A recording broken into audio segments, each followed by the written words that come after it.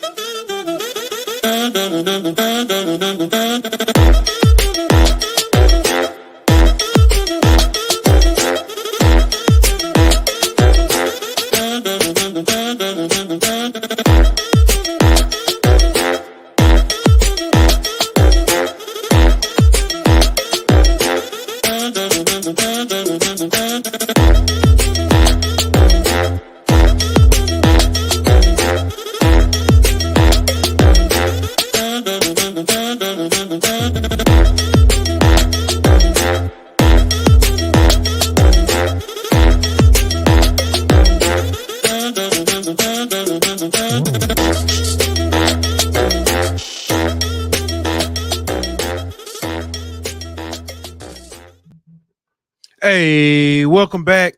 Another hot episode of Golden Boot. It's your boy Pooh Bear. I got my man Aunt Petty Murphy in the building. And first off, happy Juneteenth, my boy. Oh, you on mute? Happy Juneteenth to you, brother. Yes, sir. Yes, sir. I know the state let y'all off. I was at work. And I made sure everybody know it can go two ways. I can either be, we gonna be all right, Kendrick Lamar, or I can be, they not like us. The choice is yours. We was all right today. It was all right. Tomorrow, I don't know. Yeah, Juneteenth, one of my favorite holidays, dog. It's the day I met my wife, man. Is it really? Yep. Look at that. The man celebrated freedom and found bondage. Oh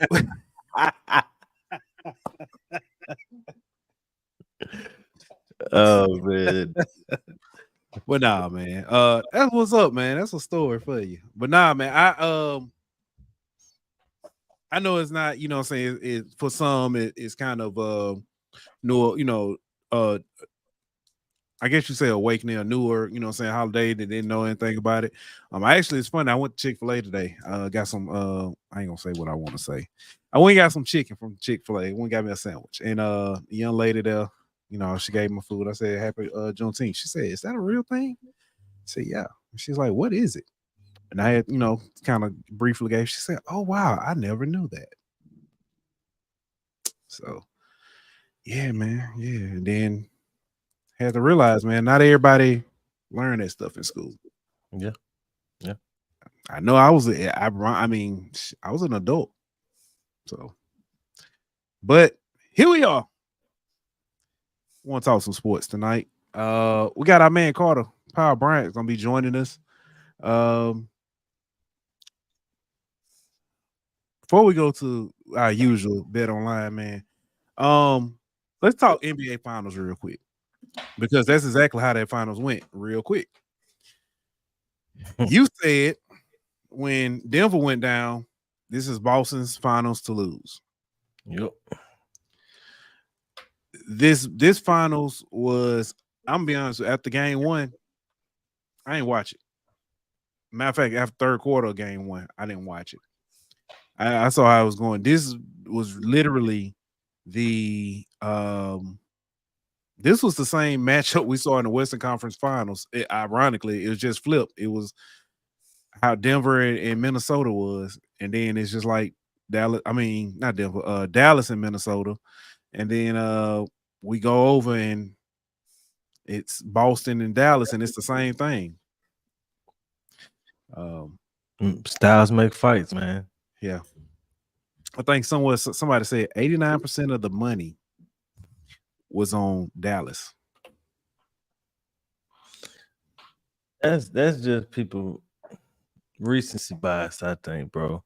And the whole Boston didn't have to play nobody and all that narrative or whatever. I think that's what bought into all that, bro. Like people, it was impressive how Minnesota got taken down by Dallas. I'll give you that. Mm-hmm. But when you take a step back and you look at it and you stack the two teams beside each other, Boston was just a deeper, better team, bro. And I think people overreacted in the sense to how well Dallas played against Minnesota, and then look at how the difference in how Minnesota was built versus how Boston was built. You know what I mean? Like Boston's built to where they got multiple guys who can switch on defense. They got multiple guys who can shoot threes. You know what I mean? It's just a totally different style than what Dallas saw versus Minnesota that they were able to handle so easily. So I think people kind of overreacted and didn't really take into consideration the matchup that Boston had going over Dallas. I think one of the biggest things, and you're right about the overreaction. I think with the biggest overreaction, because if you look at it from the start, Boston looked like the best team in the NBA up until they had I think they had a stretch where they lost. You know what I'm saying? It was like they win a game, lose a game, win a game, lose a game, and a lot of people kind of took that and felt like, well, maybe Boston ain't it, and then it was because I even kind of fell for it. I thought New York could possibly come out the. They weren't deep enough, man. I know they injured too much. Got injured too much. Yeah, whenever they got injured, I knew they ain't have enough.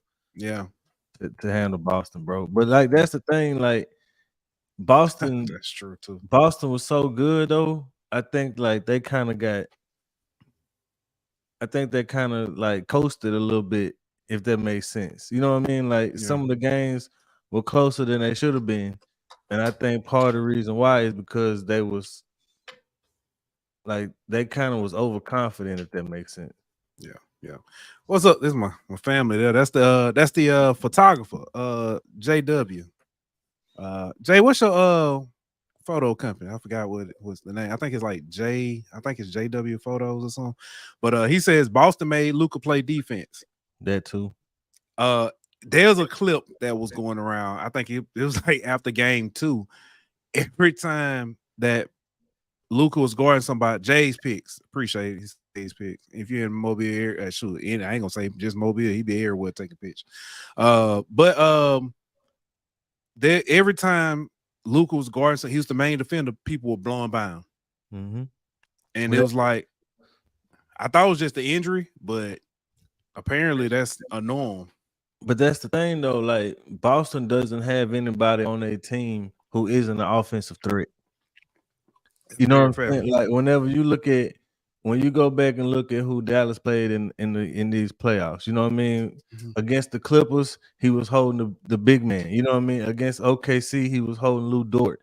Against Minnesota, he was holding Gobert some. You know what I mean? Like, and you can kind of rest him on defense and hide him out the way he don't have to exert energy, but at the same time, he's not a liability because the person he's guarding isn't really a threat. But the way let's go back to what I was saying about the matchup. The way Boston is built, everybody on their team is a threat on offense. Everybody on their team can hit that corner three. Everybody on their team can stretch the floor. So you can't just put them on somebody and say, oh, he ain't got to worry about playing defense. No, you have to play defense. And Boston was hunting them. They was putting them in them pick and rolls, and they were hunting them, and they was waiting until they got the matchup that they wanted, which was him on whoever, and then they attacked it.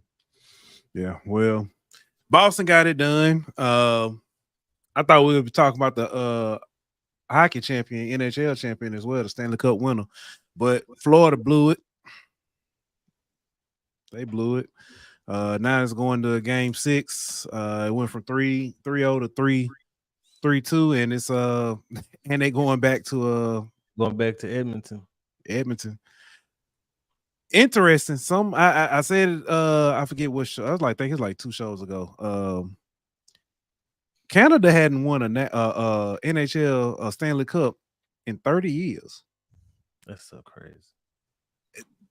If you think about Canada not winning the Stanley, bro, that's wild. That is wild to me. But don't they, like, the Canadians got the most Stanley Cups and they ain't won in 30 years? Like, that's crazy. Yeah. So, but man, sticking with the NBA real quick. I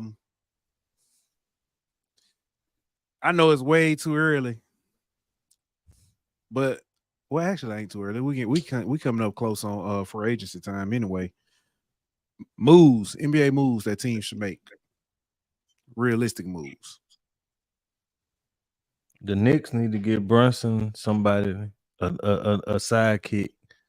You don't think Julian until he got hurt? Julius, I mean, he stay hurt. Your best ability is availability for one, and I think that they could do, because both Julius kind of got to have the ball in his hands to really be effective too, though. You know what I'm saying? He ain't really a spot up slasher type guy. You know what I mean? Like, they need somebody like that who could be a threat. I think, in my opinion, but I don't know who that is. You know what I mean? Mm-hmm. But I think that they need to go get him a number 2. I think I don't know what Minnesota need to do. They're not built to beat anybody but Denver. You know, part of me want to say they need to get rid of Gobert. You can't when you just, but you can't. Yeah, you know what I'm saying. So you can't get rid of them. You just gave up all that to go get them. You know what I mean? So yeah. You can't get rid of them, but you need to get rid of him or Cat, one, honestly. Because that Twin Tower thing ain't beating nobody but Denver, bro. But Denver need to get a bench. They lost all their bench players from the championship team, and that's their weakness right now. Is it? I'm glad you said that. I don't think it's a coincidence that the last 2 champions had the deepest benches. Yeah, that's what happens. And then they after you win the championship, those guys go cash in and get paid. You know what I mean? So it's hard to keep some of them guys. Yeah. So but that's the name of the game, is to have the depth to win a championship. Yeah. You got teams like the Clippers, they need to blow it up. You know what I mean? Like, certain teams need to just go and blow it up. But I don't know how many teams, like New York, I feel is like one move away from really being like contenders. Mm-hmm. Philly may be one move away from being a contender. You know, but it ain't too many teams that's in that. I think Philly I think they need another star, because Embiid is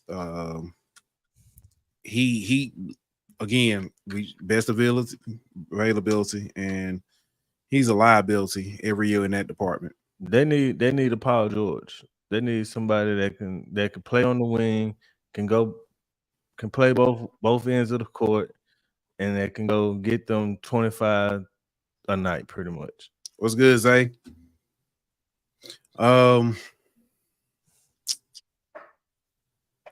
What about Milwaukee?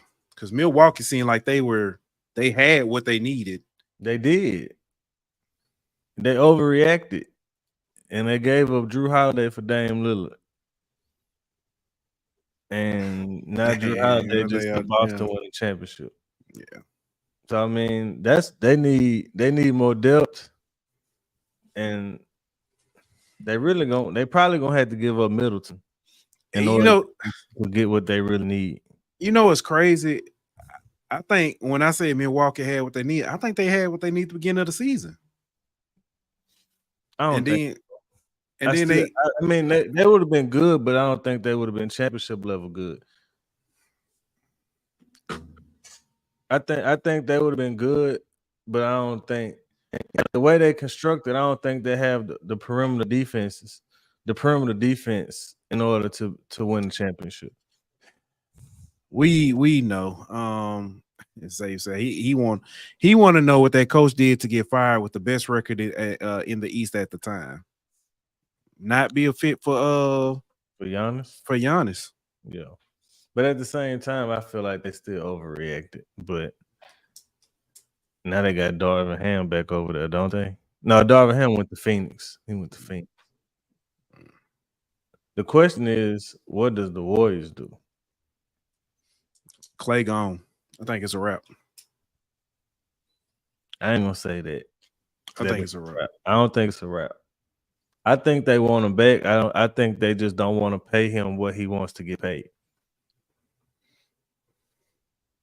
But if you keep him, you got to get rid of somebody. So do you get rid of Kuminga? Do you get rid of Wiggins? Do you get rid of Moody? Like Draymond? I think the big three stay together if they keep Clay. You know what I mean? Like they ain't gonna keep Clay and get rid of Dre. You know what I mean? Like so. Yeah. I could see Clay going to the Lakers though.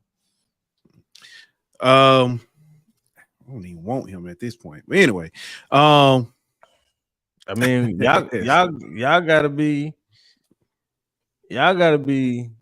realistic at this point though. Like yeah, I know. I done seen the damn Trae Young and I done seen the Kyrie. I done like that shit ain't realistic, bro. No. Like you can get Klay Thompson on a, I ain't gonna say a cheap deal, but you know what I mean, on a inexpensive deal compared to what the guys y'all talking about. Yeah. And I mean, you know, he's from LA, his daddy played for the Lakers. That's you know true. what I mean? Like I think you could, yeah. And it would give y'all what y'all lack, which is outside shooting. You know what I mean? Like it's a fit for both sides.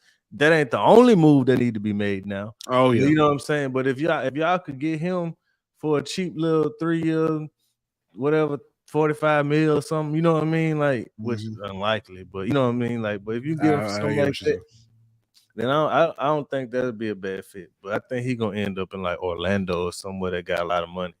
Yeah, it's funny. Edwin said, "What up, fellas? I assume y'all staying away from the MEAC topics tonight." Yeah, tonight. But Edwin is gonna get wild. Starting tomorrow. Crazy. Tomorrow we start the swag. We start talking about the swag tomorrow. So yeah, tune in for that. Before we move on to our guest, though, man, we got Carter coming through. I gotta ask this though, man. Monty Williams let go by the Pistons, but he's still guaranteed a lot of money. What Ed Orgeron said, he told the people at LSU, what door you want me out of, or what time you want me to leave, and what door you want me out of. That's exactly what Monty Williams was saying, bro. What don't make sense to me though is they just hired Trajan Langdon from the Pelicans to be the GM for the Pistons. Or the president of the basketball operations, something like that. And the owner was like, we hiring him and we're going to give him full autonomy.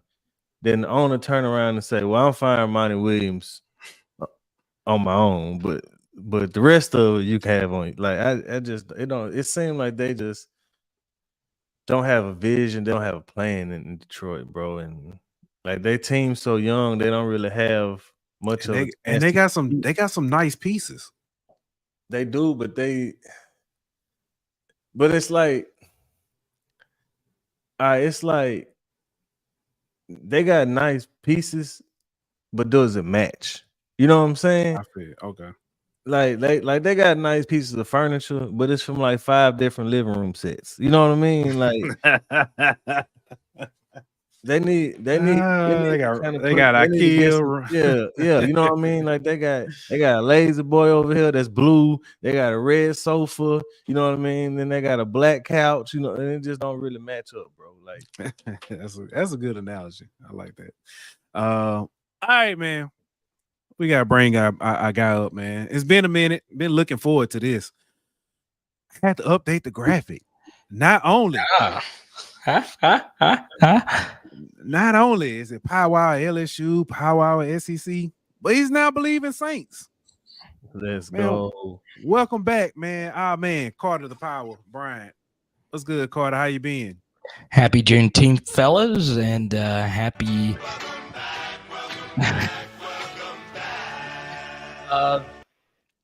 It's a glorious day, man, to hang out with you guys and watching you grow. And man, I thought we would be in a world where the great Monty Williams being fired meant that Willie Green was leaving the Pelicans. It's possible. I would have absolutely adored that because I do believe the Pelicans need to go get a new coach, but that's my opinion.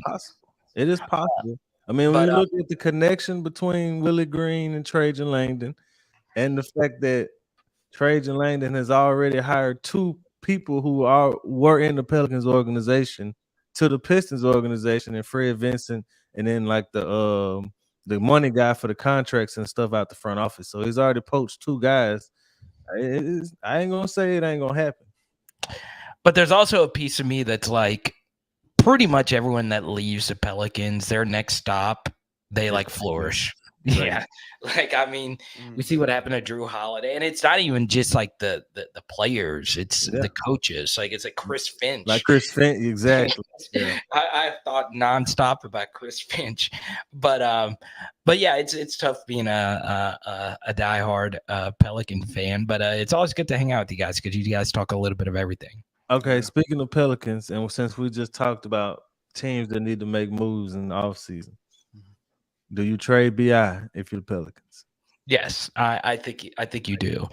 You know, it's interesting. So I was watching NBA Finals, okay, and I wanted to go on some show to bring this up, and I think you would appreciate this more than anyone else. And like, so I see Bob Myers on like the desk, and I'm fine with Bob Myers being there. It's a little weird hearing him call games, but he's a good analyst, right? But I think about nonstop because you guys are talking about Klay Thompson. I think about the Steph Curry, Klay Thompson, Pelican trade all the time, like just nonstop. I think about it like once a week. Like and for those that don't know, Chris Paul and for Steph Curry and Klay Thompson was out there. Am I right about that, Ant? I had heard that, but I don't know if it was ever actually validated that it was for sure thing, but it's definitely rumors that was a trade option at one point. Right. I think about that nonstop. But yeah, I would move on from BI, especially if you're going to keep Willie, because there was something there. There's just too much smoke at the end of the season. And the bottom line is this: you can't play a playoff series and not score 100 points in any of the 4 games. And I don't think the Pelicans scored 95 in any of the 4 games. In the modern NBA, you got to be able to score. And defensively, obviously, we know the Pelicans are fine with Herb and those guys. But I would move on from BI and see what you can get in return. I agree with you, brother. Yeah. Danny asked a question that I think is actually kind of interesting. It's sticking with basketball. Said, would some of these fired NBA coaches ever consider switching to the W? And do you think that could have an impact on some of these teams? First of all, I don't think they would ever consider it. Reason being, the NBA recycles head coaches more than any other league does. So if you're a fired NBA head coach, you're pretty much guaranteed to get another head coach job in the NBA. And so when you look at how much NBA coaches are paid to what WNBA coaches are paid, like, just stick it out for a year and go get on somebody's assistant coach spot, right, and sit on the end of their bench for a year or two, and then your name will be mentioned in the next head coaching search. Like, we've seen Kenny Atkinson, we've seen a whole bunch of guys' names, that Frank Vogel, like guys like that, just constantly keep getting recycled and for head coaching jobs. So that's the best job in the world. If you can ever land the NBA head coaching job, you'll forever have job security. Yeah, and that goes with anything. Like, the best professional athlete you could be as an NBA player. I truly do believe it. The best coach you could be is a coach. You know, there's so many assistants on an NBA staff.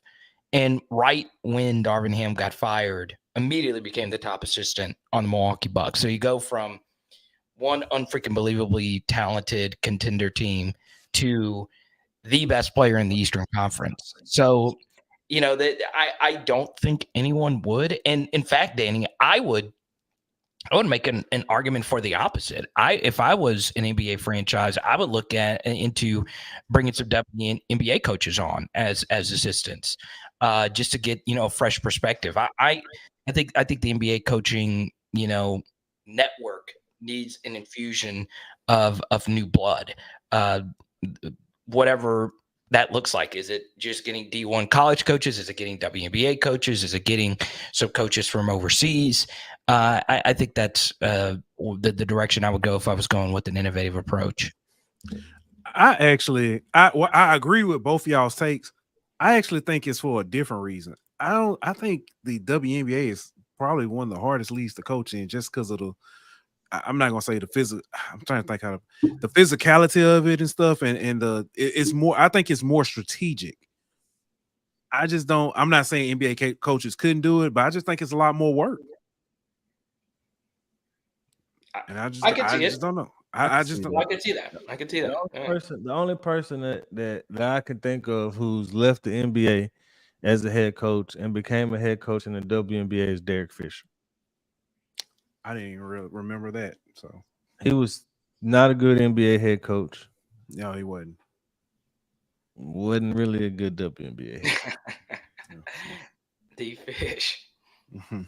So I mean, I ain't. So it's happened, but I don't really see it ever really happen. And the only reason, like Derek Fisher, the only reason he got a job as the NBA head coach was because Phil Jackson was gonna hire somebody that he knew that would run the triangle offense in New York.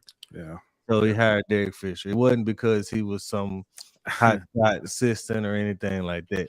So that's probably why he didn't stick around and try to get another NBA job, because he knew he wouldn't. Yeah, I famously remember Kobe saying, "What the F is that? They didn't know F in triangle." When Derek Fisher was coaching. Well, I think part of that was because Carmelo wasn't gonna buy into the triangle. Yeah, and that's part of why I would move on from BI as well. It just seems like he's not meshing with what the Pelicans do. But the good news for us three is that all three of us are podcasters, which means we're finalists for the Lakers job. That's hilarious. Yeah. Carter. Blake says, tell Carter to show his hat size. Oh God. So I normally wear my my Power LSU hat, and this has been Old Faithful, but I had to stretch this thing out for like weeks. So I had never actually tried on one of like these, like these Nike like kind of mesh hats. Mm-hmm. Yeah. And I tried it on. This one actually does fit my head. But you notice, like, my head is so large, like you can't pick up on it unless you're like next to me. And Ant, you've seen me before, you probably recognize it yourself. Notice how my head just fills this hat out. Like it's like this hat is like squeezing on for dear life. Have you ever seen an anklet on a girl that's way too big and it's just squeezing on for dear life? So you're saying your hat like a blood pressure cuff? Yes, exactly. But you see, it has this mesh material, and it gives me a little bit more breathing room and freedom. But the problem is you're supposed to run with this, and I run a lot. So I'm going to try and run with this tomorrow, and I'm going to have to find a way to get a PHL logo on one of these mesh hats. But Blake has a hat sponsor, and he said, well, these hats would fit you, Melon or whatever it's called. I seriously doubt it. I mean, this hat is squeezing on for dear life. And the only thing I'll say, I went into the Varsity Sports Store and I said, and I always buy shoes from there. And I said, hey, does this hat look crazy on me? And it did. And she lied to me. So my wife had to fix the strap to where it looks good. But the only thing is I like to put the hat on backwards sometimes. Look at how bad this looks backwards. I mean, just look at this. I look like a total goober. So I can only rock this hat forward. So there you go. Oh man. I recognize large. I tell people now I can't wear hats a lot because of the locks. I couldn't wear them before. It's just I just got a built-in excuse now. But I used to go in the hat store and be like, I need a size 8, and they kind of look. I'm like, listen, my head ain't big. I'm just smart. So, but Carter, man, we gotta talk. Believe in Saints, man. Congratulations. I know we hadn't we talked offline about it. Tell us about one. Let's talk about the Saints because we haven't talked. Me and Ant haven't really talked about Saints off season much. We talked to your guy Rob Brown, great guy. Told us a lot about Spencer Rattler. What is your thought on the Spencer Rattler draft? Good. So Rob came on. You know what's funny is I've actually never met him, but I've been his filling guy for years. Mm-hmm. But yeah, I don't think the Saints are going to be that great offensively. I'm not buying the Kubiak hype until we actually see it.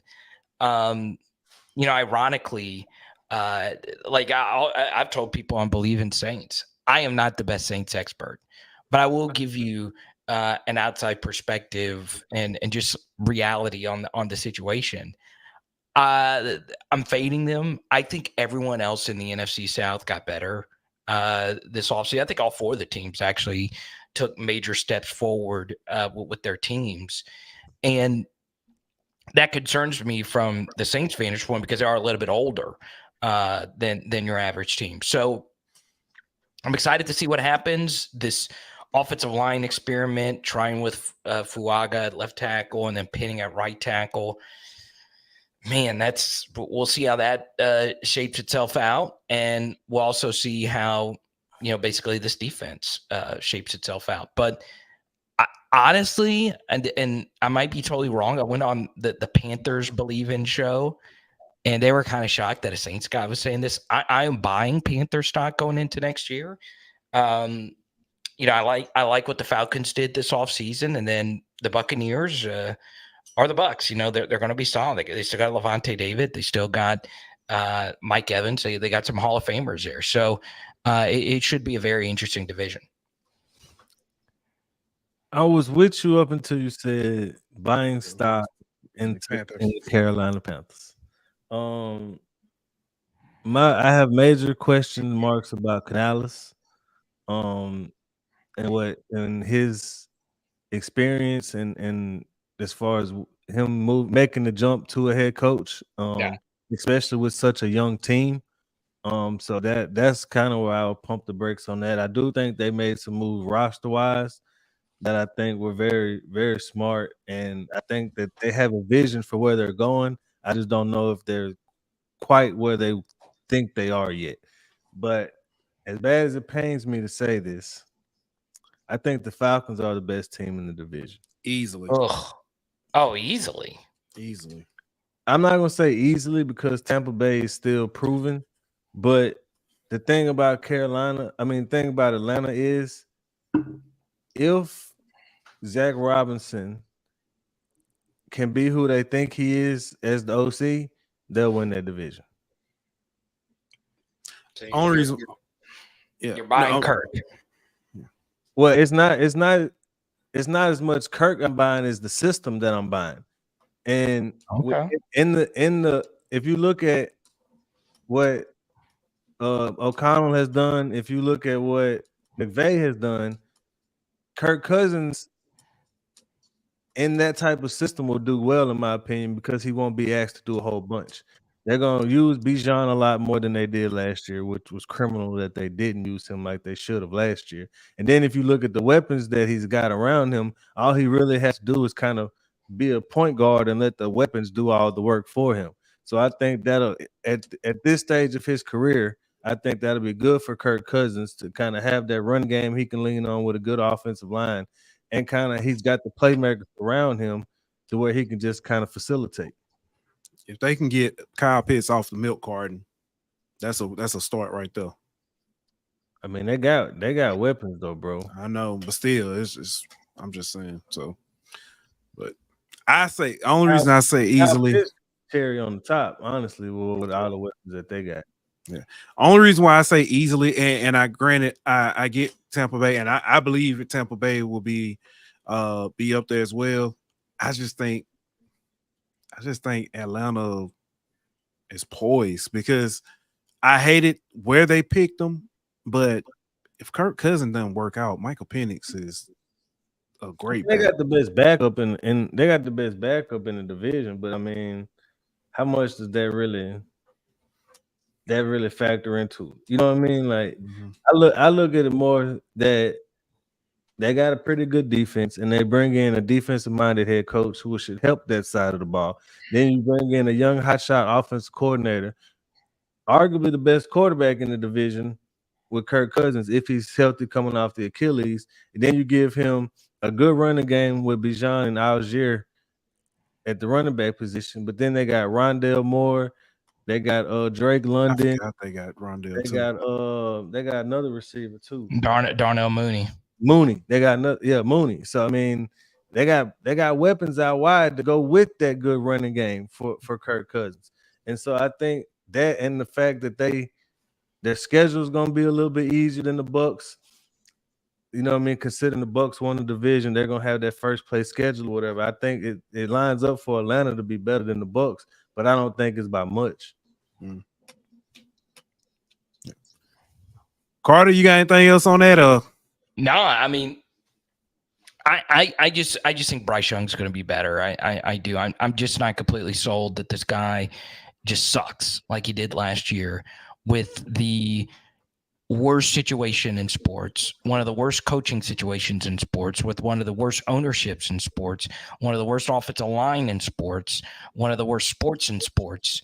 I mean, it was really that unfreaking believably bad. So I think we'll see some positive regression. And honestly, I would just like to see the Saints just be better, you know, because normally when people talk about the Saints, the first thing they say is, well, you know, they're in the NFC South. You know, I don't want to hear that. I want to hear, no, the Saints themselves got better, and I hope Coach Kubiak can get this offense popping. I don't want to get you in too much trouble, Carter, but I think Saints are going to suffer until something happens with Dennis Allen. No, I'm with you. No, I'm full on with you. I'm probably the most negatively perceived Saints personality, you know, out there. And I don't claim to be one of the big Saints guys. I just don't. I never will. I do the show as something I like to do. But I'm just, you know, this team has a lot of players that I personally love. Obviously, Tyrann Mathieu is the player I collect memorabilia of more than anyone else. I am a huge fan of Rashid Shaheed. Plays the game with so much energy and so much fun. I freaking love this guy. And I still think he is very, very, very underrated and undervalued as a player. And obviously, Big Foster Moreau. I mean, there's a lot of guys in this team I personally really do love. But I'm just fading them as long as Derek Carr and the other guy, Dennis Allen, is still running the show. So that's just where I stand, fellas. I think the problem might be bigger than Dennis Allen, though. Until Mickey Loomis realizes that he's part of the problem, I think the Saints are going to be where they are. Yeah. I can't disagree there. Let's talk LSU real quick. LSU football. Yeah, the biggest question, and I don't think it's even a doubt in anybody's mind, but I say this, the biggest question has to be, I'm not going to say what, the defense is going to improve. I mean, you're pretty much at the bottom, so you're going to improve. How much of an improvement will we see out of the defense is the biggest question going into next season. Yeah, I'm with you there. I mean, one thing I brought up on my show a little bit earlier tonight is not only the defense. One very important thing that's going to need to get better for this team next year is special teams, because we saw, first off, the special teams did get better, you know, last year, but part of that was by default. You know, we got to think in terms of volume. So overall special teams volume was down because LSU scored a lot of touchdowns. Their offense was unbelievably prolific. And defensively, they didn't get a lot of stops. So what does that mean? Well, punts, as in punt returns, go down and punting goes down. So I think one of the more underrated things that happened this offseason was LSU bringing in some punting competition with the guy coming in, from Louisiana Tech. And I'm really excited about that. I'm also really excited about Xavier Thomas as a punt returner. And those things are going to help out, hopefully, the defense and the offense. But field position is going to be so key for, this defense more so than other years. And I've always kind of felt that field position could be a little overvalued, but this year it's going to be big because the defense is going to need every last little thing. They're going to need help in every way. But yeah, I'm with you. Pooh, I'm very excited about Blake Baker. I thought this was one of the 3 or 4 best hires that they could have made.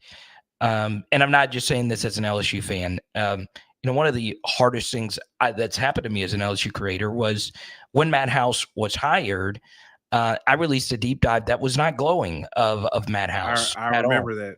It was not easy getting messages from friends that work at LSU, people in Baton Rouge, and I try my best not to compromise my analysis. We're all fans. We try to positively, spin things the best we possibly can, but also give you some harsh, objective truth. So I'm not just telling you right now that Blake Baker's going to be good just because I'm an LSU fan. No, I really do think Blake is really good. And, I went through and looked at pretty much every game he coached at Missouri, and there was only one game where I would consider his defense playing bad. Yeah, they had some other rough performances, but that was because they were going up against Jayden freaking Daniels, right? Mm-hmm. And other elite players. But you look at what he did in both his matchups versus Georgia, really good stuff. And you just look at what he did defensively. He had to clean up a mess left over by another defensive coordinator in Steve Wilkes. So I'm really high on Blake Baker going into next year, even though I feel LSU doesn't fully feel the personnel is there. I think we all feel that the personnel isn't fully there.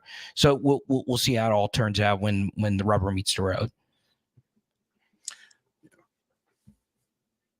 You're on mute, man.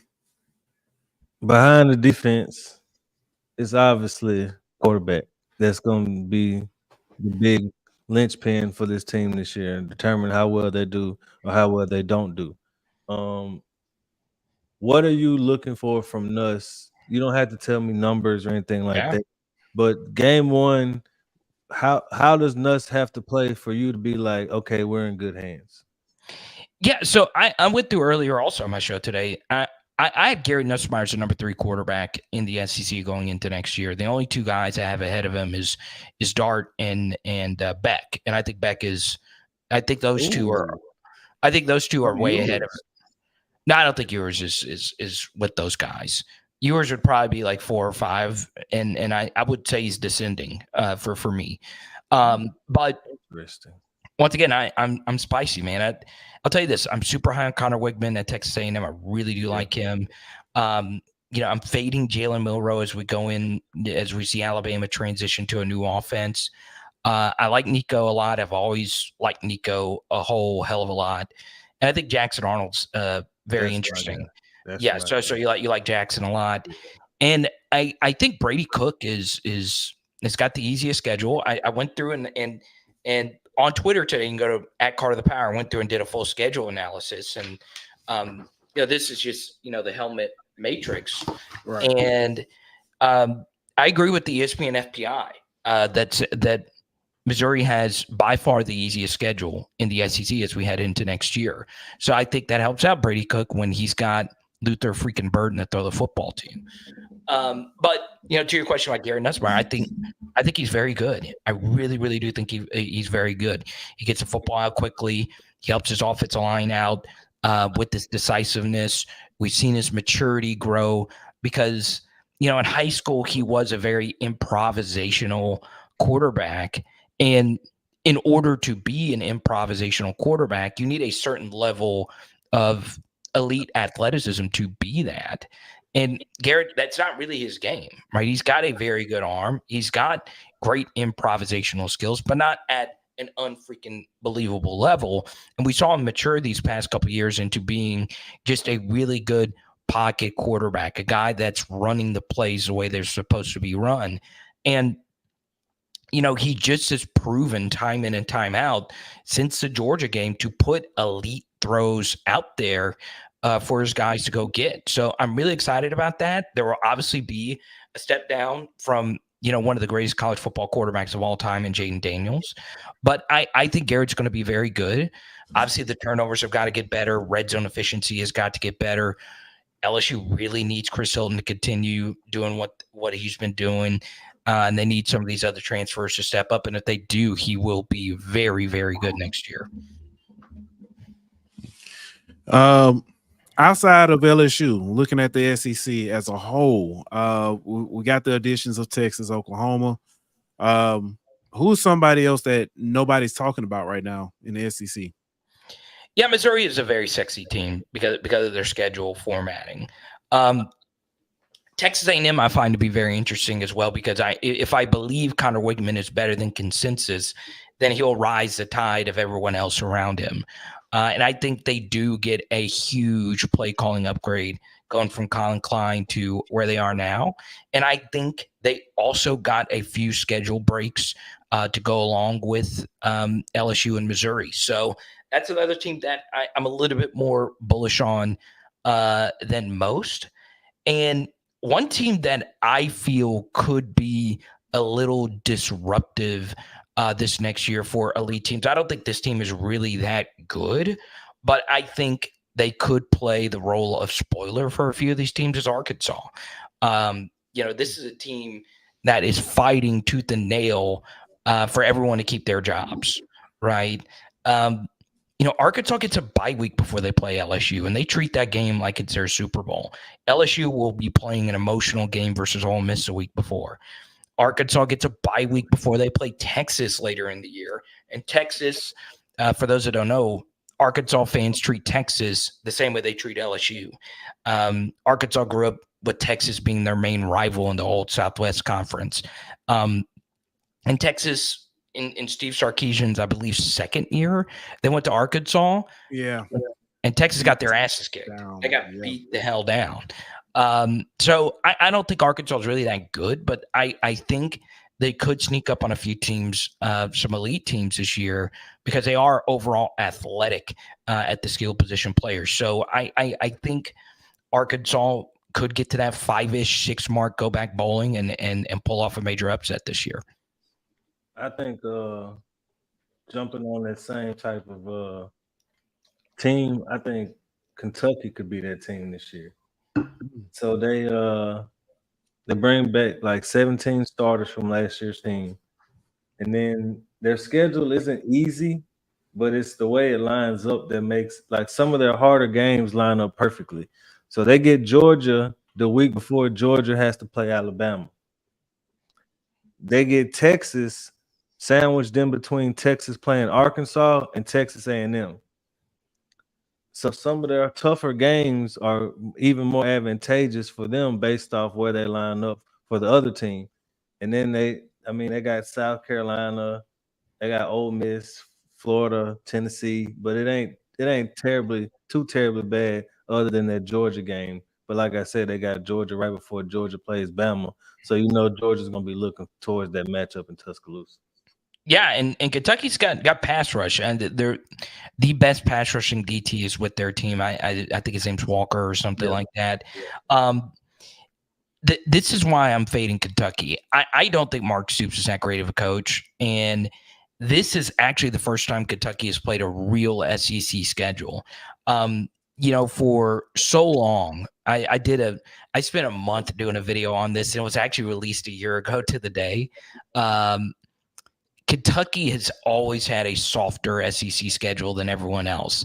They were geniuses on how they fooled everyone thinking that they actually played an SEC schedule, when in reality, they were actually playing the schedule on the same level of like a Big 12 team. And I won't get into how they actually did it, but they were able to do it. I remember the video. Okay, so you can't do that anymore because their permanent permanent opponents. Yeah. was Mississippi State. And now that that's out the window, you replace Mississippi State with Texas, and it kind of screws up the whole order of things.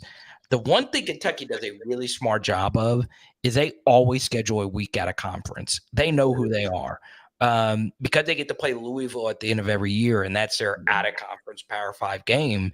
It sets up for them making sure, hey, we are only going to play Norfolk, West Virginia. To your point, this year they got Southern Miss, they have Ohio and Murray State, right, and then the Louisville game. And one thing, and I'm really glad you brought up scheduling, right? One thing that I consistently saw, where I don't know if I was subjectively doing this, but with the SEC expanding with 2 really good teams coming in, one major advantage for the softer schedules is having Vanderbilt on the schedule. And I'm telling you right now, LSU having Vanderbilt locked in on the schedule the next 2 years is a big freaking deal. That is one extra game you do not have to worry about. There's no other SEC team that I feel comfortable about saying, hey, this is for sure going to be a victory. That is massive, absolutely massive for a school like Kentucky, even though the last time Vanderbilt came to Kentucky, they beat them. And that happened to be the same day that Kentucky gave Mark Stoops an absolutely massive, massive, massive extension. So he signed it hours before the game began. And what did overrated, stupid Mark Stoops give them? A loss to freaking Vanderbilt. Oh my goodness. But guys, thank you for having me on the show. I think this is like my 6th or 7th time, and I'm really proud to be hanging out with you guys. Hey, no problem. It's a team that neither one of you mentioned, and I just so happened to look at their schedule, and I was like, I don't know how they pull this off. Auburn. Oh, they got a tough schedule. They have 9 home games. They play at Georgia, at Kentucky, and at Alabama. Everybody else is at home. But that schedule though, man. I don't know. I'm with you, Pooh Bear. I'm with you. Look, Jerry Kill is not on the schedule anymore, so Auburn doesn't have to worry about being upset. I know Jerry Kill is like a consultant at Florida or something like that now, or I think he's a consultant at Kentucky, or a school that they play. But that's not here nor there. As long as Jerry Kill is not the head coach, Auburn fans do not have to worry about the opposing sideline. But yeah, and it's not just that. Last year when I did a really deep dive on evaluating schedules, if I was an athletic director, I would never play a difficult game to start the year. Never. It is such a huge advantage to start the year soft. Mm-hmm. And Auburn, for the last, before they scheduled this home and home versus Cal, they would schedule brutal out of conference games, right? I don't think Brian Harsin could coach a lick. I think he's a lunatic. But I sympathize with them because they scheduled a home and home versus Penn freaking State. Like, that's almost as hard as you possibly can get outside of Ohio State, Michigan, or like Oregon or something like that. So, you get Cal in week 2 here. They also get the Vanderbilt advantage. And look, the rivalry game versus Alabama at Alabama is probably the most winnable it's been in a while. And you always play that game close. Yeah, you're going to lose at Georgia, but I can argue that every other game on here is winnable. And you give them the best wide receiver they've had in quite some time, true freshman Cam Coleman from Pooh Bear State of Alabama. I'm with you, Pooh Bear. I'm buying Auburn stock right now. Yeah, they literally they leave the state of Alabama twice, and the furthest they go is Lexington, Kentucky. So I gotta go to Missouri too. Do they have? Did I miss that? Yeah. No. They got Missouri at home. No, it's at Missouri. Is it at Missouri? Okay. Well, on their schedule, they have it. They have it as a home game. Okay. Really? Right. Okay. Yeah. So that's probably it's just a typo on there. Leave it to Auburn to mess up. But again, Carter, appreciate you for coming through as always. Look forward to talking to you again, my friend. Anytime, guys. You know where you can find me. Let's go. Have a good one. All right, guys. Cheers. All right, guys. All right. That was Carter The Power Bryant. Hey, that was good stuff, man. I do want to say, address this real quick before we move on. Rest in power, man. The great, the legendary Willie Mays. Lost him yesterday. Age of 93. He was one of the last remaining, I guess say pioneers of I say pioneer, but you know what I mean, Negro League. The sad part is, so tomorrow the Major League Baseball is playing a game in Rickwood Field. Yeah. Between if I'm not mistaken, it's the Giants and the Cardinals. Yep. And down in Mobile, the field that Birmingham. Sorry. Yeah, the field that he played for whenever he was in the Negro Leagues. And he released a statement 2 days ago saying that he wasn't going to be able to make it to the game due to health reasons and stuff like that. He was talking about Rickwood Field, and he's in the message he wrote, and he said, all these years and still here, and so am I. How about that? And then he passed away the next day. But yeah, when you talk about greats and you talk about like you mentioned pioneers and Mount Rushmores, or however you want to classify it. I know the word GOAT is overused these days, but Willie Mays was all of that. I mean, he was 24-time All-Star, 660 home runs, countless Gold Gloves. I mean, you can't not bad. You can't tell the story of baseball without Willie Mays. You know what I mean? And what he was able to do. And a lot of people opinion he was the greatest to ever play baseball. I know a lot of baseball players say he's the greatest to ever play, and a lot of the older ones who people consider to be great, like Mickey Mantle and people like that, consider him to be one of the greatest to ever play. So I mean, we not just the sport of baseball, but the sports world period lost an icon. They lost a legend, and they lost a trailblazer. And if you look at over the past three months or whatever, you look at Bill Walton, you look at Jerry West, and now you look at Willie Mays. I mean, they say it come in threes, and those are three of the greatest to ever play their respective sports, and they all gone that fast. So I think we need to do a better job of remembering the icons while we still got them here, and instead of doing it post their death. Yeah. His one of the greatest plays in baseball, Willie Mays made it, and this is known simply as the catch. If you say the catch, avid baseball fans know it. Even I'm not even a huge baseball fan, and I know the catch. Amazing play. Well, see, the catch is remarkable, and I heard him talking with Vince Scully about this. As amazing as the catch is, him turning and throwing the ball back into the infield as quickly and accurately as he did after he made the catch is what nobody talks about. But that's what makes such a remarkable play.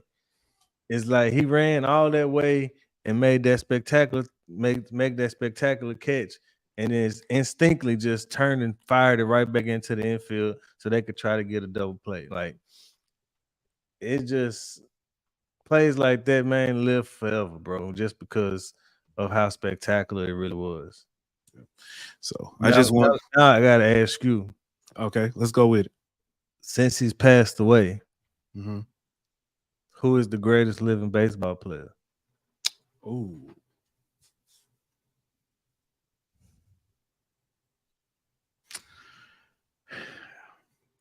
a quick answer, and it's just simply because I recently saw him, Ken Griffey Jr. But you still have, if I'm not mistaken, I mean, I could think back. I think Yogi Berra's still around. Pete Rose. I know people gonna toot their nose up at that. Barry Bonds. That's the answer. Is Willie Godson is the greatest player now, in my opinion. You take away the steroids, the man was still a Hall of Famer. I know people thought they say steroids. If I'm not mistaken, he never tested positive. He didn't, but I mean, we could stop with that. He never tested positive stuff. The man used steroids, but the problem, who didn't? My thing is, you take away the steroids, and the man still had a Hall of Fame career, and still arguably the greatest player of all time without the steroid years of his career. I mean, he was the first ballot Hall of Fame just with his Pittsburgh days. So I mean, talent wise, that's Barry Bonds to me is the greatest baseball player I ever saw. Yeah. Speaking of greatest, it's gonna be a wild turn here. Wide turn. Greatest coach to pull people out of the portal. Jay Johnson. But nah, seriously. Jay Johnson, LSU has been in that portal, and he has been, I mean, C star, pull star, get star. I'm gonna temper my expectations until I see some of these guys actually. And it's fair. Because I'm tired of falling for the hype. And it's a lot of it. The Mac Bingham, Justin Lower, and a bunch of guys we got in the transfer portal last year who I thought were going to be major contributors, who ended up not. But you also got to, your Holmans, your Cage Jumps.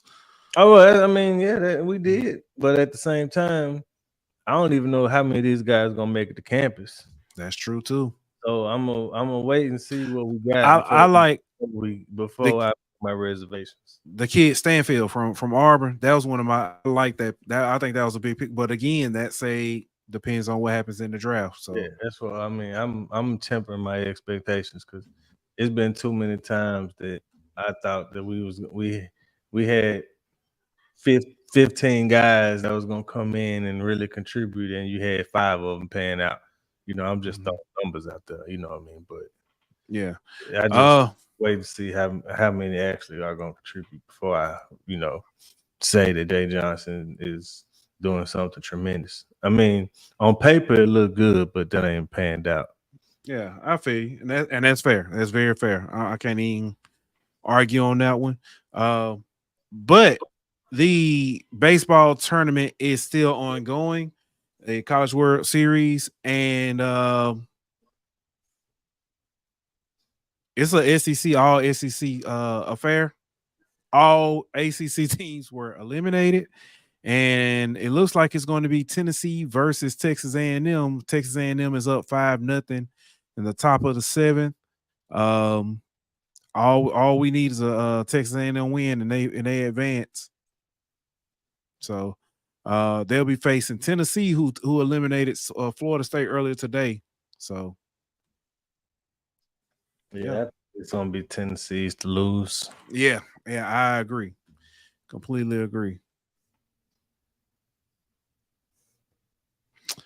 Danny said, wait, is Mr. Murphy asking for them to prove it first? Yep, I ain't falling for it no more. Yeah. So, all right, man, I got a good one for you, and I'm gonna let you go first on this when I ask this question. We saw recently Les Miles just sued LSU because they vacated some of his wins, and he said that cost him a chance at the College Hall of Fame. My question, not necessarily does he deserve it, but how do you define a Hall of Famer, especially when it comes to a coach? And we can stick with college. We ain't got to talk about the pros.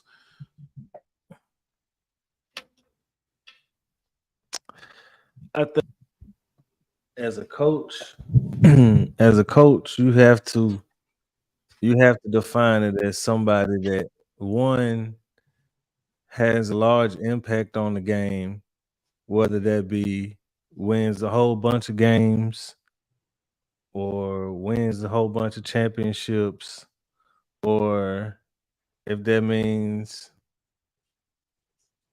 you like Mike Leach, for example, who ushered in like a new style to the game, a new era of the game, so to speak. I think you got to kind of fall in one of those three categories, or a combination of all three of those categories. You got to either impact the game with wins and championships, or impact the game by changing the game, like how the game is played, or adding a new wrinkle to the game, or doing something like that. If you a coach, if you a player, I think you got to impact the game with wins and championships, but you also have to have a lasting relevance. You got to have a lasting relevance in sport also. So you can't just be some guy like Robert Ory who played on a bunch of good teams and won, but wasn't really relevant. And Can we say he wasn't relevant? That dude was not relevant, bro. Stop it, bro. Bishop Bob? Stop it, bro. Okay. Stop. Let's be real, bro. Okay. Let's be real. Let's be real. How relevant is Robert Ory?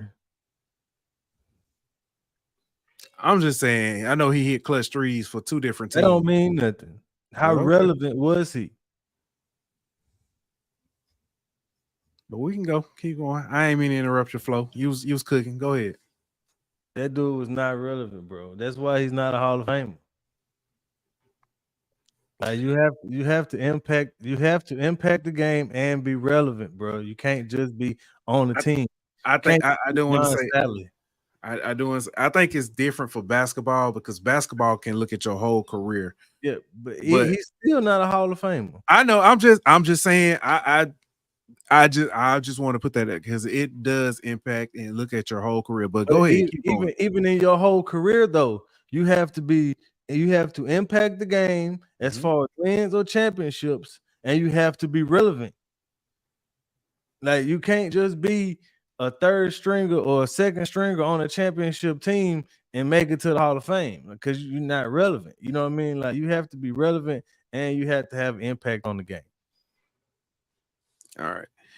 Danny says, by that metric, does that mean Ryan Day is a Hall of Fame coach, even if he never wins a natty, but he won a bunch of games? But I don't think he's even close to the number of games he's got to win to even be in that situation. I think you could be a Hall of Fame coach without winning a championship. Yeah. I agree with that, but he's not even close to the number, in my opinion. No, I mean he probably ain't, but as far as longevity wise, but I mean like Mike Leach didn't win a championship, but to me he's a Hall of Famer. But like Mike, if you look at but that goes to impact on the game, father of the spread offense, or I say father, but you know what I mean. If you look at his coaching tree, his influence on the game, how many teams run a Mike Leach style of offense? You know what I'm saying? Yeah. I can see that, and I get that. The Pirate, yeah, definitely. I think Ryan Day, if Ryan Day was to finish his career never winning a championship, but like with the same winning percentage he's having now, I think you could say he's a Hall of Famer. Yeah. I feel like, and I can look at it. Brian Kelly, I think he's up there. Yeah, he hasn't won a championship. He hadn't won it on the big level, but saying what he's done across three divisions, it's two divisions, I guess you could say two divisions, but different levels, three sub levels. Yeah, there you go. Yeah, Ryan Day right now is 56-8. At that clip, yeah, I think he could still get there. And that's all. Don't get there. And that's only 6 years. Yeah, I think he can get there. Honestly, but I think he ends up taking the NFL job before that. I don't know. They gotta want him in the NFL. That's fair. That's fair. I think you would talk about players. What does it mean for as a player to get into the Hall of Fame? For a player, it's the same thing though. Like I said, you got to impact the game as far as wins and championships. Not necessarily you got to have championships, but I mean it helps. Mm-hmm. You got to have a lasting relevance. Like I think the NBA, the Basketball Hall of Fame, is a lot easier to make it into, and their criteria isn't as rigorous or to meet. I would say, like Tim Hardaway is a Hall of Famer. Mitch Richmond is a Hall of Famer. You know what I mean? Like those guys, I wouldn't say have lasting relevance or impacted the game with a lot of wins or championships, but they make Hall of Fame. You know what I mean? So it's a little different for that one, but I would still say my criteria remains the same. You gotta have you gotta impact winning and be relevant. Yeah, that's fair. I don't know. With like, that, is Al Horford a Hall of Famer to you? So off the top of my head, I would say no. But then you got to look at what he did at Florida, what he's done in the NBA. I mean, yeah. Because I looked at it before the finals even started. I asked, was he a Hall of Famer? Mm-hmm. And people were saying no. But my thing is, look at some of the people who are in.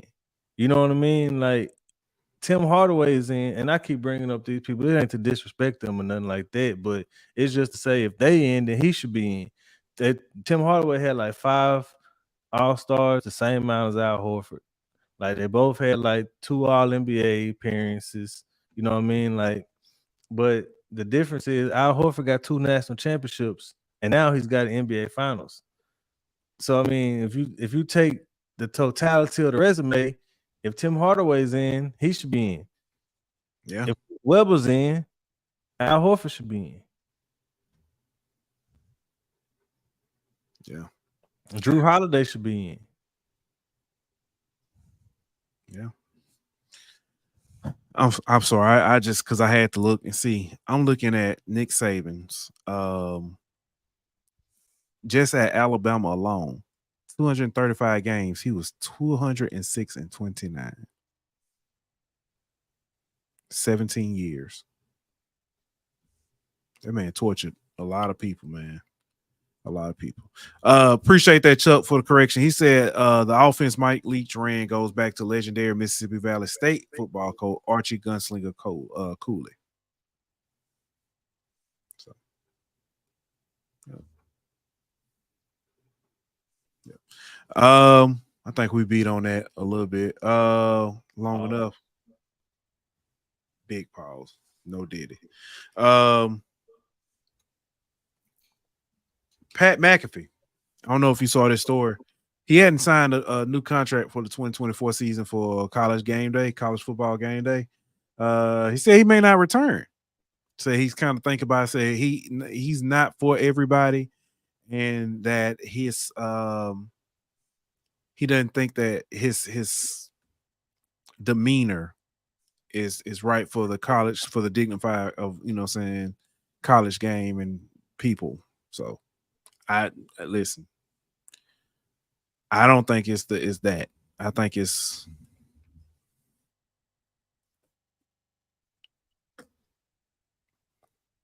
when you don't have free reign like you do on your show to say certain things, to saying when you have to police yourself a little bit, I think that's the problem he's having. When you just can't. I think they told him it was gonna be like more rained in this year. Mm-hmm. He was like, "Nah, you ain't gonna police me like that." You know, like that's what I think. Yeah.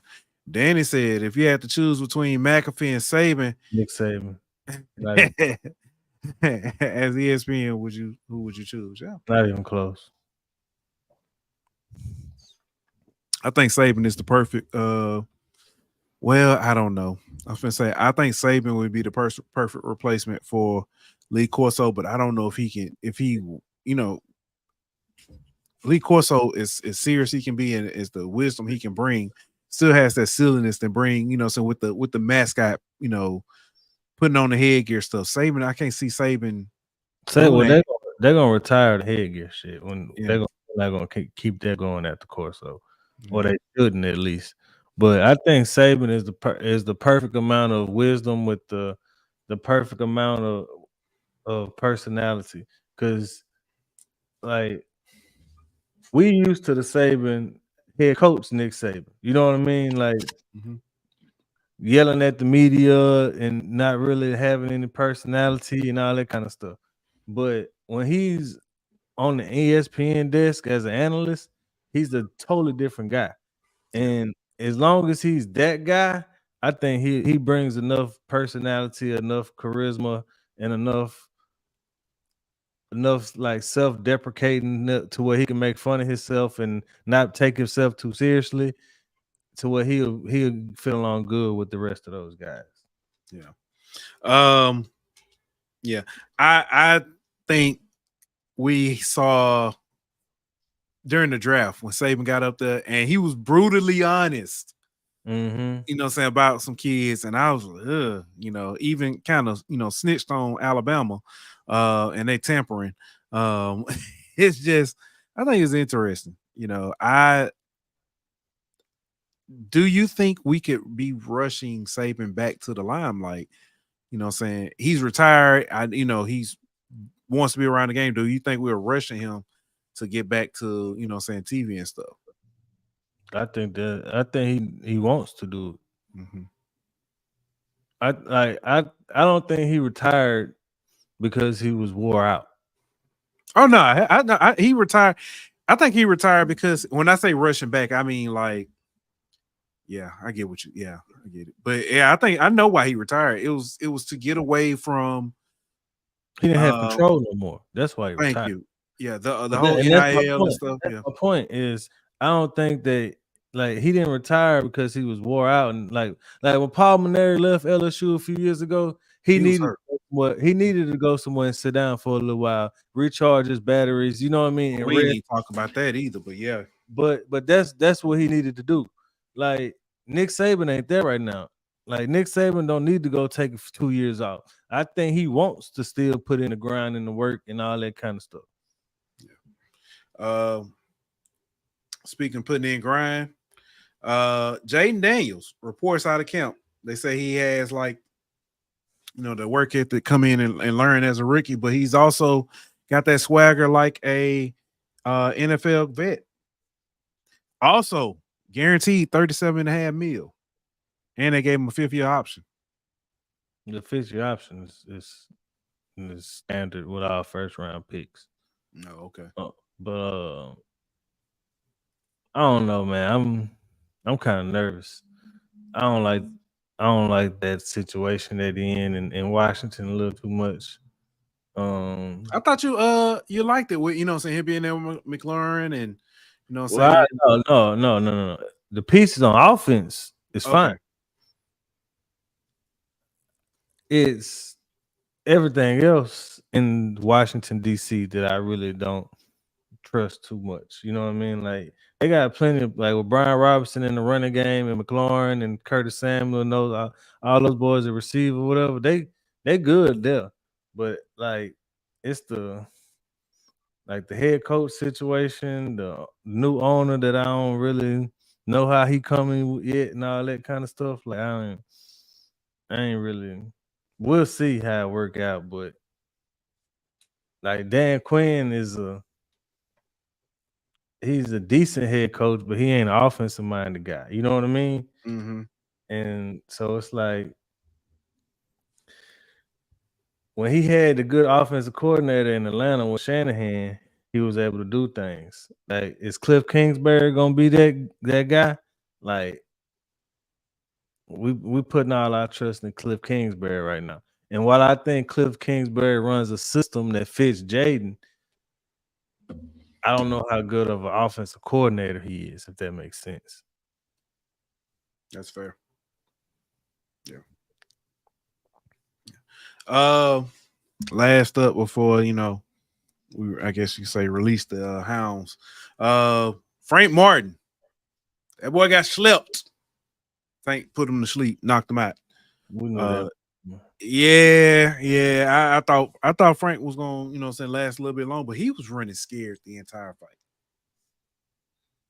On that bike. Rumors are Tank Lomachenko. That's next. When I see it. I believe it when I see it. I ain't buying no big fight until the contract signed and all. I ain't getting my hopes up no more. Yeah. Just I've been waiting. I've been waiting for Bud Crawford to be fighting somebody. Canelo. Now. You know what I mean? Mm-hmm. Well, I know that fight ain't gonna happen.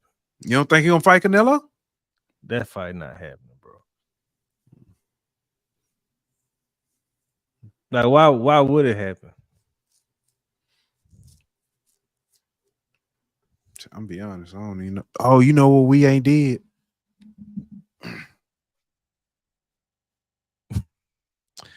We gotta give a shout out to our sponsor at BetOnline. BetOnline.ag. We'll be back in 1 minute. BetOnline.ag is your number one source for all your sports information, stats, news, and scores. Get the latest odds, lines, and player injury reports for this year's NBA and NHL playoffs. BetOnline is always your sports information headquarters. This season, we have you covered for all your sports wagering needs. We have everything from NBA, NFL, MLB, and NHL to golf, tennis, UFC, and boxing. BetOnline is the fastest and easiest way to get your betting info, including live betting options and your favorite casino and card games that you can play right from your home. Head on over to betonline.ag today or use your mobile device to get in on the action. Be sure to use the promo code BLEAV to receive your 50% welcome bonus on your first deposit. BetOnline, where the game starts. It's my bad. I was gonna do it before we brought Carter on and completely forgot. But yeah, Adrian says Shakur gets the winner if he resigns to resigns to the PBC. So I don't know, man. I'm about to cry, man. Why? What happened? Chelsea great back. Oh man. Oh, Cameron Brink, man. She out torn ACL. Announced that today. My dog back, bro. I know you're excited. I gotta bring her in off my fantasy team now.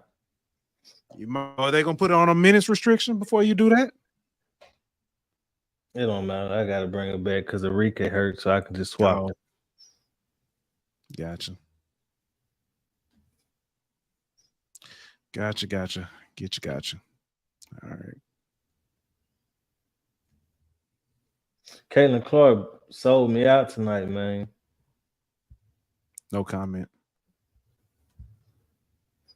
All I needed her to do was make 3 threes.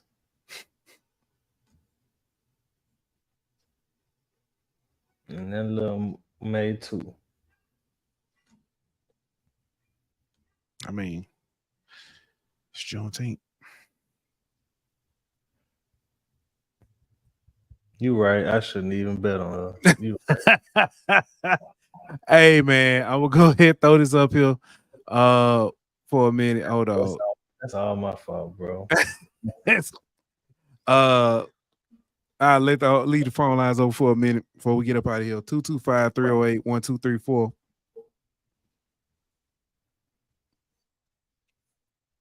Yeah, bottom of the 8, Texas A&M up 5-0. Yeah, it looked like it's about to be a wrap. So, Florida about to go home.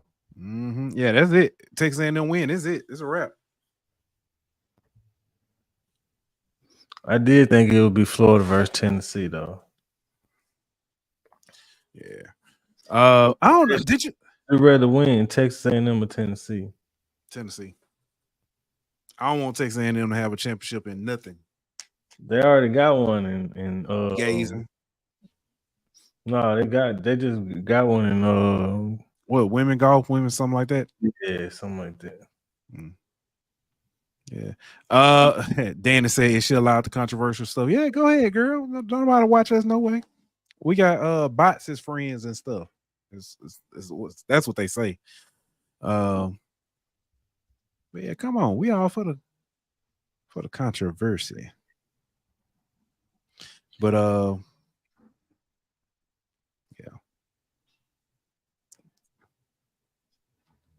I'm trying to think what else.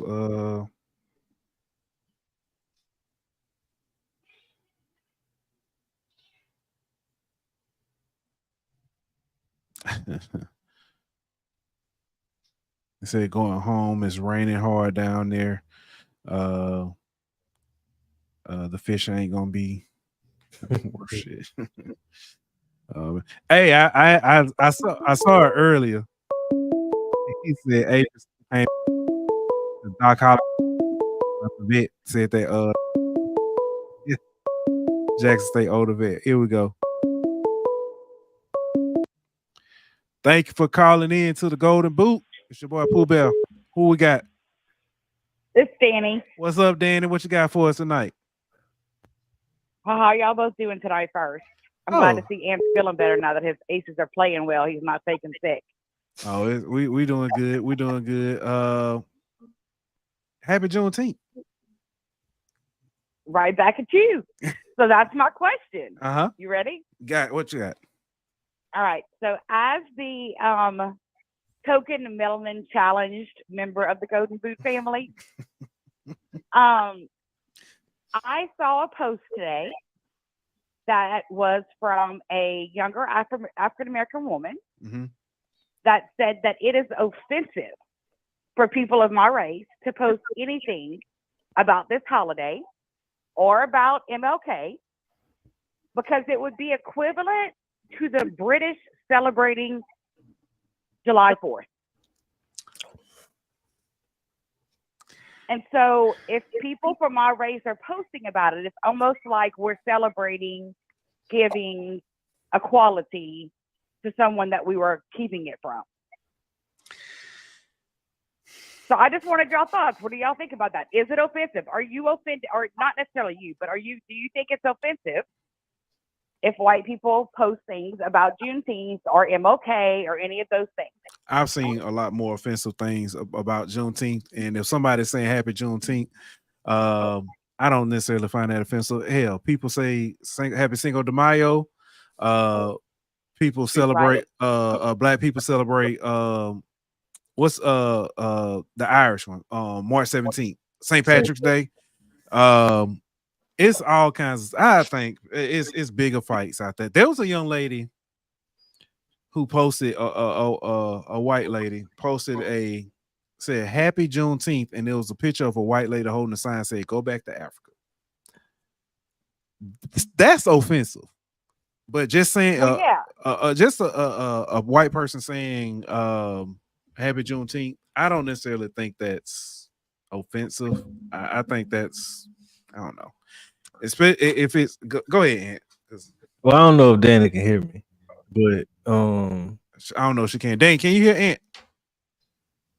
Not yet, but there's a little bit of a delay. Oh, because I'm watching the show too. Yeah, she watches, so she'll hear you with your. But so it's interesting to me that they said it's like the British celebrating 4th of July, because that automatically makes it that all white people were on the opposite side of black people during slavery. Whenever there was one side of the country that literally fought to eradicate slavery. So very true. They would be lumping the Confederates and the Unions together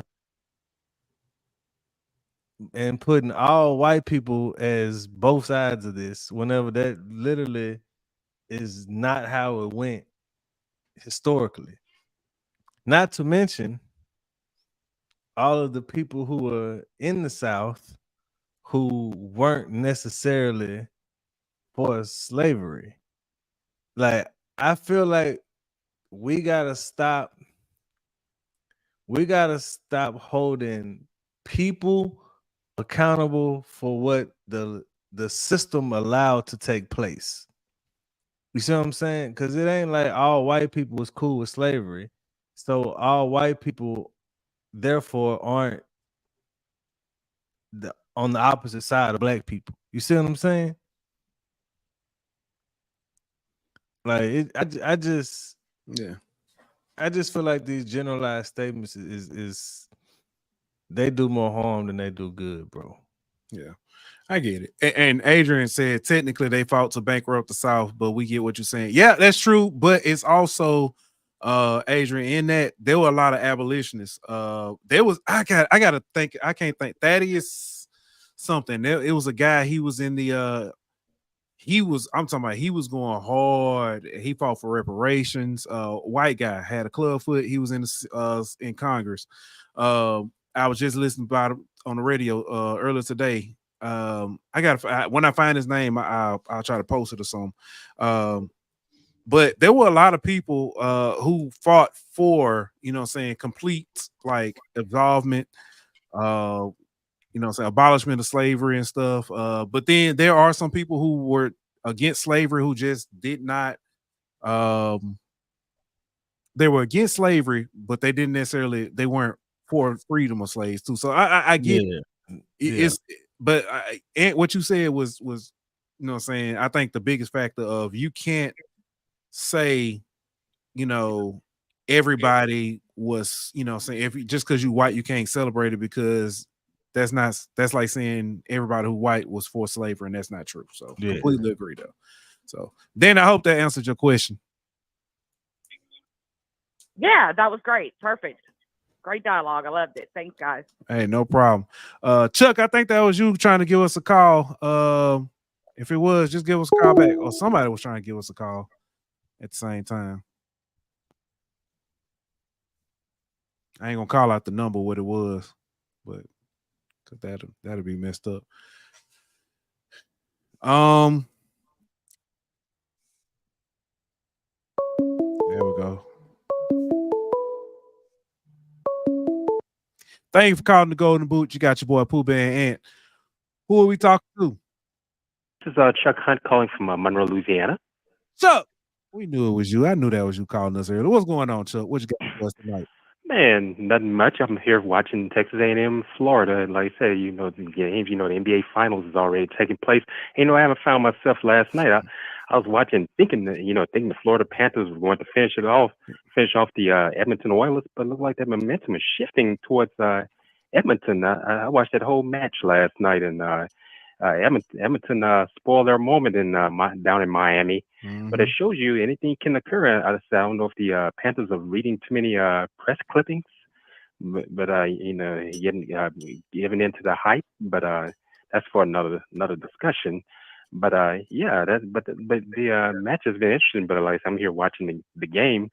I've got to ask you guys. I don't know if y'all had a discussion about what do you all think about these guys? The 1983 North Carolina State men's basketball national championship team suing the NCAA for NIL, mm-hmm. And I raised that to someone. I said, what happened? They're doing that. These guys are coming forward, but don't forget what made them the cardiac kids. He's passed on. That comes in for another discussion. Lorenzo Charles, he's no longer with us. He passed back in 2011. He was in an auto accident, and said, "What if this goes through? How would it benefit those who are deceased? Do the families benefit from all of this? That's for another discussion. And I had to be humorous about it. They're from that era. They're talking about NIL. They might need NIL. I said, hey. He played in the era. I know he was from the rival school. Michael Jordan. He is the NIL industry now with his brand. Hey, get it. See if he can come and help all these guys from that era. I made the joke about that. Yeah. I don't want to sound ageist and say, saying they need to. I think they do deserve something. But if we're gonna do that, I think it's, and I don't know if there's been studies done or whatever. I think it should be, you know what I'm saying, they should be paid for the time period, you know. And I mean, it's hard to say because, you know, with inflation and stuff, I don't know what they would have, you know, saying got back then. You know, TV revenue wasn't, it's the same. I don't know what ticket sales were and all that. I think I was in Albuquerque, New Mexico. And the University of Mexico's campus. I don't know what it was like. You know, I was 8 years old during that time. Yeah. And your thoughts, Chuck? He may not be able to hear him, so but he'll. Okay. Yeah, I think it's interesting whenever he brought up the fact about people who passed away. Right. You know what I mean? And the amount that they could possibly make for their estate or their kids or whoever the case may be. Because I think about somebody like Sean Taylor, you know what I mean? And the amount of money that he would have been made if he in that 2001 Miami team that they would have made if they would have sued, you know, the NCAA. How much would that help him with his family? You know what I mean, and the people he left behind. So it's real interesting to me whenever you go down that rabbit hole of people who have passed and what it would mean for their families if they were able to bring litigation against the NCAA. Yeah, that's true. I don't know what the cutoff again. I mean, because at what point does the NCAA say? NCAA went back to 2016. But what my question is, what's so significant about 2016? Like, you know what I mean? Like, did they just pick a random year? Did they say, okay, financially we can only go back to this year? You know what I mean? Like, what made them pick that year? But I'm interested to see what the Cardiac Cats case does because, I mean, we all know the Cardiac Cats. They beat Houston that year. Jim Valvano running around looking to hug somebody. They show that video every NCAA March Madness. But you know what else they show every year? They show Warren Morris' home run every year in the College World Series. That's true too. You know what I mean? They show Billy Cannon's run every year on the SEC Network. You know what I mean? There's all these different things that they keep showing year after year. Where do you draw the line? Yeah, I agree. I agree. So I don't know if you heard that, Chuck, but it gave a riveting response to your very thoughtful question. Okay. Yeah, and I thought about that. You know, they came to Cardiac Kids. Said, well, they've been the team that they beat. They were the brand for that time, but it just didn't have NIL. Phi Slamma Jamma. Yeah, they still University of Houston. Yeah, they still sell Phi Slamma Jamma shirts and stuff now in Houston. Yeah, one of the guys was on that team, the one that tried to go for the steal on Derek Wittenberg. He shot that air ball that Lorenzo Charles dunked it. It wasn't an alley-oop. They said it really wasn't an alley-oop. It just something that just had to have a freak, a freak play that won the national championship. The guy was trying to go for the steal from Bernice, Louisiana, from our area. Benny Anders. Benny Anders was trying to go for the steal and missed it. Yeah, they did a 30 for 30 on him. Yeah, he played at Bernice High. He was on the 81 state championship team that year. That 81 team at Bernice High won the state here in Louisiana. The same year that Carl Malone's Summerfield High School team won state. Yeah, and in 81, they had some good teams in this area. Had Duboc won state out of the close right there by Grambling and Ruston, and had a guy named Alton Gibson that was on that team, played at Florida State, and had some great ball players at the time. And that's what I thought about. Benny Anders was on that Phi Slamma Jamma team with Hakeem Olajuwon and Clyde Drexler, who was Greg Cadillac Anderson and Larry Michaud and all those guys. I remember those teams. Yeah, what year you said that was for Karl Malone? High school? That was 81. He and Benny Anders came out the same year, 1981. That was the year they all came out. 81. Karl Malone came out of high school, and Karl went on to success at Tech. Yeah, that man still was at high school in 2000. Anyway, maybe I shouldn't go there tonight. Can't turn the camera off. Man, but nah, man, appreciate you, Chuck, man. What else you got for us tonight before you get up out of here? Oh, just nothing much. And you know what happened? We were talking about the NC State team. I said, well, I was joking about Michael Jordan. I said, I think Worthy and Sam Perkins, they fine. But I said, hey, they see and get him take care of his teammate Jimmy Black. Jimmy Black can get a chance to play in the NBA. Hey, that's what I said. Seek. I don't know. It could be a yay or nay. Knowing Jordan, he's not gonna give into that. I'm gonna land on that one. Oh man, what's up, man? Definitely appreciate you. All right. Thank you for calling, man. We look forward to talking to you again soon. All right, you all take care and be safe. All right, man. All right. Man, but he bring up a good point about, like you said, the posthumously paying people, or even going back to some of those dynamic teams of the past, Yeah. So I had something else I was gonna ask you about before I don't know what it was now. Fall brain. Dylan Cruz, man. You see him, they moved him up. And man, hitting home runs and everything. Yeah, I seen that. Yeah, so interesting. If nothing else, man, we can get ready to get up out of here. We're almost 2 hours. Man, we got some brewing for tomorrow. Adrian, come check it out tomorrow. We got your boys gonna be in there. Gonna be, wild card. G from Swag and the Fool and affirmative action himself, Mr. Zach. Be talking some swag football starting tomorrow, man. So I'm looking forward. Swag and OVC Big South, I guess you could say. So, but let me get our theme music before we get up out of here.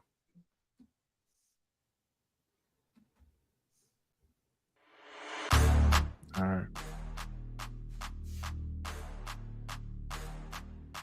Good. All right.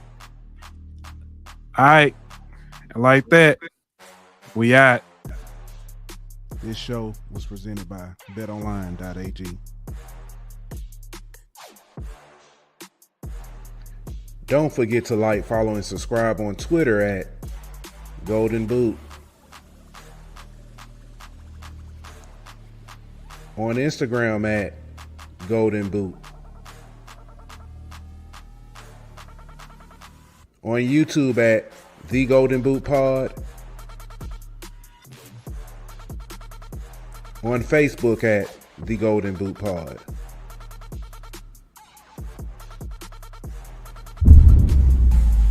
Golden